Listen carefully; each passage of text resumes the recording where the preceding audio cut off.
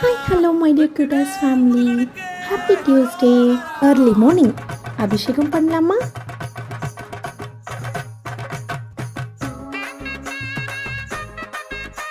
கொஞ்சம் cleaning process பண்ணிட்டு அபிஷேகத்தை ஸ்டார்ட் பண்ணலாமா?